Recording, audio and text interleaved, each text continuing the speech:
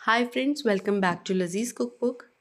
तो फ्रेंड्स, आज हम बनाएंगे एक बहुत सी लजीज़ और बहुत एक अनोखी डिश बनाएंगे हम। आपने लौकी से यानी कद्दू से बहुत सारे दूसरे डिशेस बनाए होंगे, लेकिन आज वाली जो रेसिपी है ये बहुत डिफरेंट है। आप इसको ज़रूर ट्राई करिएगा। हम इसको कहते हैं कद्दू के लौस। तो चलिए शुरू करते हैं। तो सब में पहले हम देखते हैं इसके इंग्रेडिएंट्स आपके स्क्रीन पर होंगे। एक लौकी में मैंने ली है 2 मीडियम साइज़ घी, और उसके हिसाब से दूध हमने लिया है आधा लीटर। तो ये लौकी मैंने 2 मीडियम साइज़ जो लौकी मैंने ली है उसको जैसे ब्रोकश करने के बाद ये अराउंड आधा किलो हो गई है। तो उसी हिसाब से मैंने आधा किलो शक्कर लिया है, और पाव किलो, अराउंड पाव किलो मैंने घी ली है। और बस उसी हिसाब से हमने थोड़ी सी इलायची और थोड़ा सा खोवा हमने लिया है। यहाँ पर आधा लीटर दूध लिया है। सारे इंग्रेडिएंट्स आपके स्क्रीन पर है, डिस्क्रिप्शन पर आप देख सकते हो। तो सब में पहले हम कढ़ाई में घी लेंगे, और घी में यहाँ पर हम लेंगे एक छन्नी रख देंगे। तो हमको यहाँ पर करना है, ये जो हमारा कद्दू जो ब्रोकश किया हुआ है, कद्दू कस किया हुआ है, उसको हमको डीप फ्राई करना है।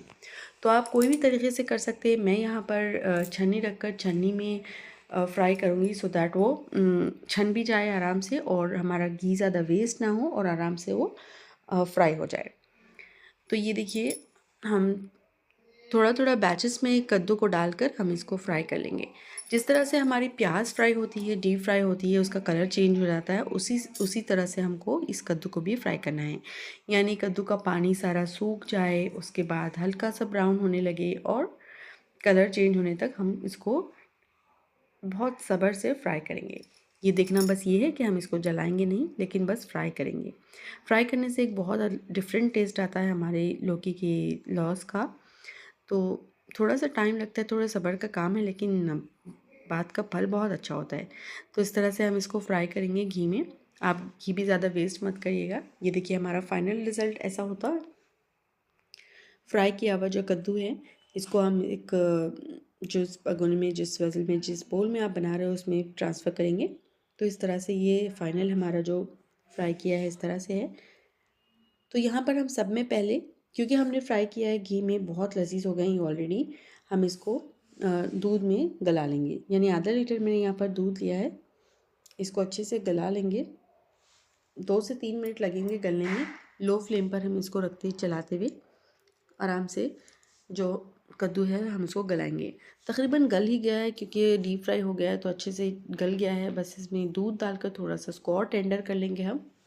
सो 2 से 3 मिनट हम इसको रखेंगे लो फ्लेम पर। और आप देखते रहिएगा कि पानी मतलब दूध कम ना हो जाए। कभी ऐसा होता है कि हम थोड़ा सा फ्लेम इधर उधर करनी है तो दूध ख़त्म हो जाता है और नीचे लगने का डर होता है। तो इसीलिए हम चलाते रहेंगे और इसको चेक करेंगे ये गल गया है या नहीं। ये देखिए, आप घबराइए मत, क्योंकि जैसे हम घी में डालते हैं दूध तो दूध फूटने लगता है। तो इट्स ओके, इट्स नॉर्मल, बिल्कुल नॉर्मल है ये इस तरह से फूटना। उससे भी एक अलग टेस्ट आ जाता है कोई भी हमारे डेजर्ट्स का। देखिए, पानी पूरा सूख गया है, यानी दूध सारा जज़्ब हो गया है, और हमारा कद्दू जो है वो अच्छी तरह से गल भी गया है। तो यहाँ पर इस स्टेज पर हमने जो शक्कर ली है, हम वो शक्कर डालेंगे। तो फ्रेंड्स, हम शक्कर जो है वो बैचेस में डालेंगे, थोड़ी डालकर चेक करेंगे, क्योंकि ये आधा किलो जो है वो मेरे लिए ठीक था। तो आप इस शक्कर को प्लस माइनस कर सकते हो डालने से पहले।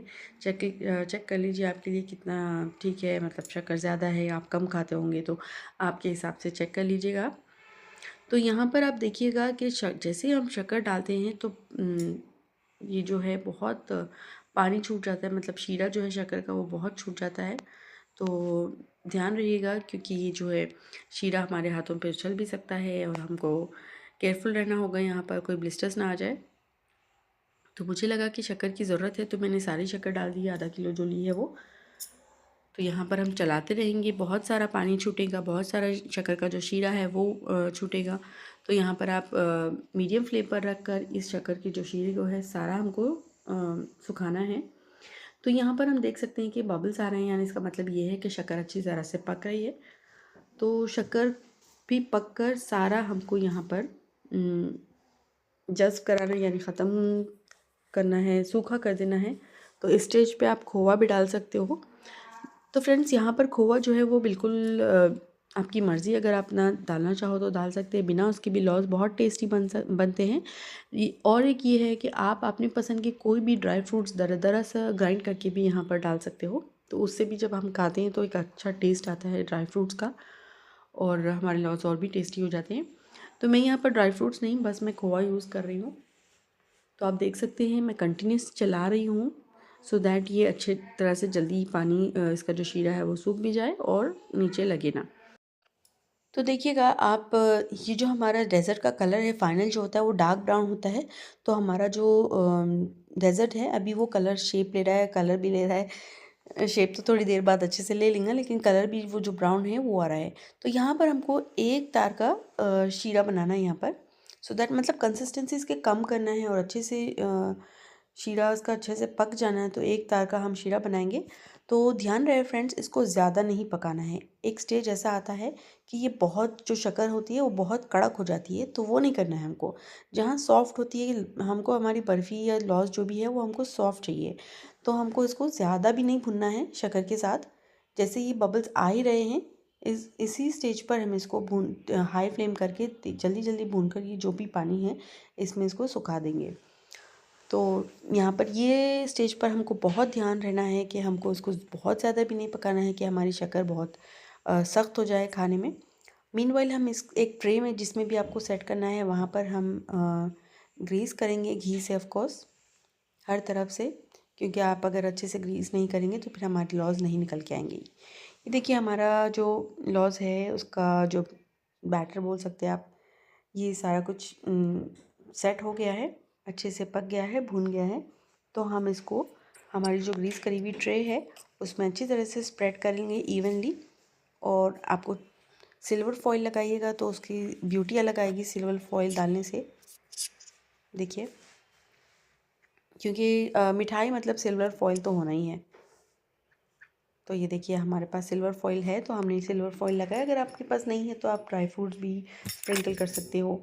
एक साइड मैंने ऐसे ही छोड़ दिया क्योंकि बच्चों की चॉइस नहीं रहती, कुछ बच्चे सिल्वर फॉइल के साथ खाना चाहते हैं, कुछ बच्चे भी बिना सिल्वर फॉइल के साथ के खाते हैं, तो मैंने इसको ऐसे रख दिया है।